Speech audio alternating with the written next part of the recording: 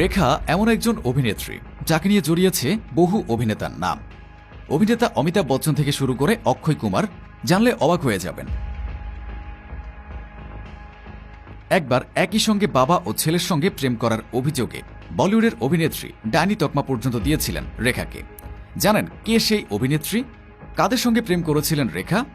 রেখার স্বামী মারা গেছেন বহু বছর আগে, কিন্তু আজ এত বছর পরও রেখার স্মৃতিতে জ্বলজ্বল করছে সিঁদুর। কেন সিঁদুর পরেন এ নিয়ে তাকে জিজ্ঞাসা করায় বারবার বলেছেন তার ভালো লাগে তাই তিনি পরেন।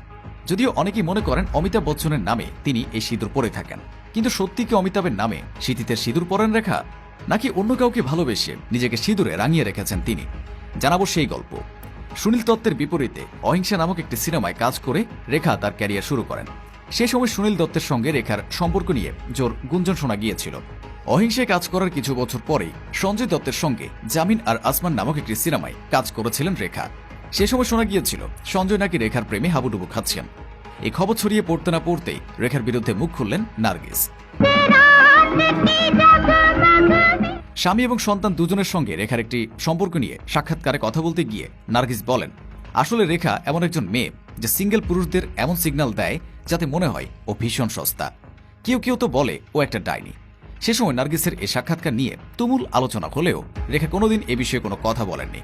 জানা যায় রেখার সঙ্গে সঞ্জয় দত্তের প্রেমের কথা যখন জানাজানি হয়ে যায় তখনই এই বিষয়ে কড়া পদক্ষেপ নেয় সুনীল দত্ত নিজে। সুনীল রেখার বাড়িতে গিয়ে তাকে রীতিমতো শাসিয়ে আসেন ছেলে থেকে দূরে থাকার জন্য। এর কিছুদিন পর সঞ্জয় বিয়ে করে নেন রিচা শর্মাকে, বিয়ে করে নেন ব্যবসায়ী মুকেশ আগারওয়ালকে। যদিও সঞ্জয় এবং রেখা দুজনেরই প্রথম বিয়ে ভেঙে যায়, যদিও কারণ ছিল সম্পূর্ণ আলাদা। শুধু তাই নয়, সেই সময় কমল হাসান, শৈলেন্দ্র সিং, প্রযোজক রাজীব কুমার সহ আরও অনেকের সঙ্গে নাম জড়িয়েছিল রেখার।